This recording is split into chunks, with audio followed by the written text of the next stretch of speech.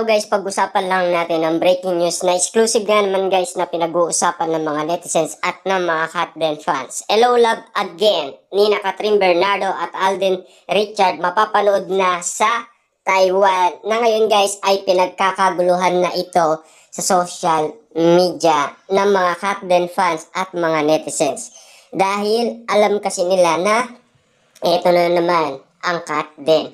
Nagbabalik nga naman kasi guys ang kanilang tambalan. Kasi nga naman guys no, ipapalabas nga naman ito at mapapanood na ang movie na Hello Love Again sa Taiwan ng ating mga kababayan. Siyempre guys, excited na rin ang ating mga kababayan na nasa Taiwan. Ipapalabas sa mga sinihan sa Taiwan ang pelikulang Hello Love Again na pinagbibidaan ng love team ni Catherine Bernardo at Alden Richard. Ito ang anunsyo ng Star Cinema sa kanilang Instagram post. Kasi guys, in-update tayo ng Star Cinema para nga naman guys ibalita sa atin. At ito ay good news nga naman kasi guys sa mga netizens at mga Katden fans na nagbabardagulan sa social media na ex dating Twitter. Kita nyo naman guys no,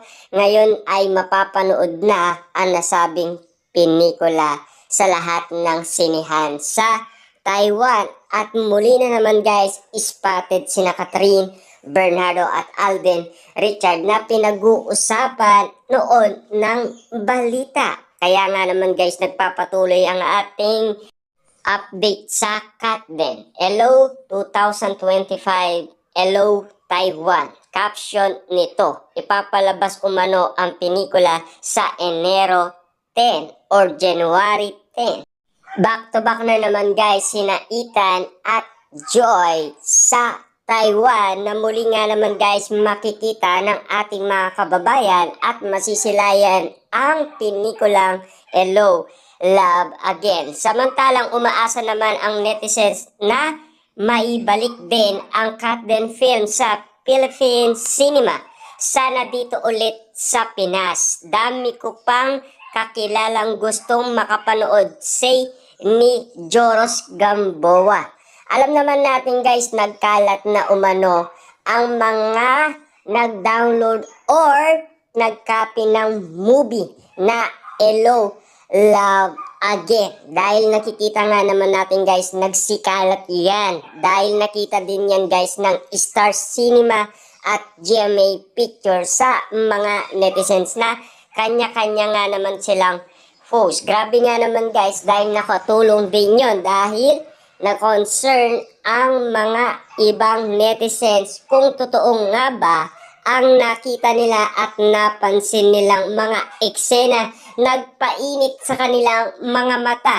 At dali-dali nga naman silang nagpunta sa sinihan para malaman kung may katotohanan nga ba ang mga sinasabi ng mga netizens sa kanilang upload. Grabe nga naman kasi guys, kahit na mga Katniel fans ay nag-init ang kanilang mga mata nang dahil sa mga eksena hindi nila nakitang nagawa ni Catherine Bernardo kay Daniel Padilla. Kaya nga naman guys, umiinit lalo ang mga issue at intriga dahil sa mga pangyayaring kinukumpara nila ang bawat movie ni Daniel Padilla at Alden Richard kung ano nga ba sa tingin nila ang bawat pangyayari.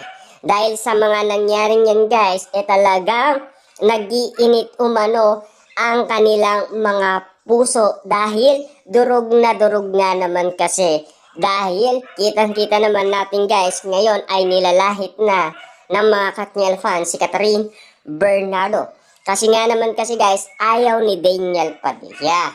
Kasi alam naman natin guys, ginagalang niya daw si Catherine Bernardo. Kita nyo naman guys, no? Maginoo din at napakabait ni Daniel Padilla. Siya mismo daw ang umayaw. Ibig sabihin, talagang pinipigilan ni Daniel Padilla ang kanyang sarili na gawin yon kay Catherine Bernardo. Dahil alam naman natin guys, nagkaroon ng mga issue noon si Catherine Bernardo nang dahil sa mga kumakalat na gawa-gawa lamang or edit-edit lamang ng mga netizens. Kaya nga naman guys, nag-iingat lang itong si Daniel Padilla.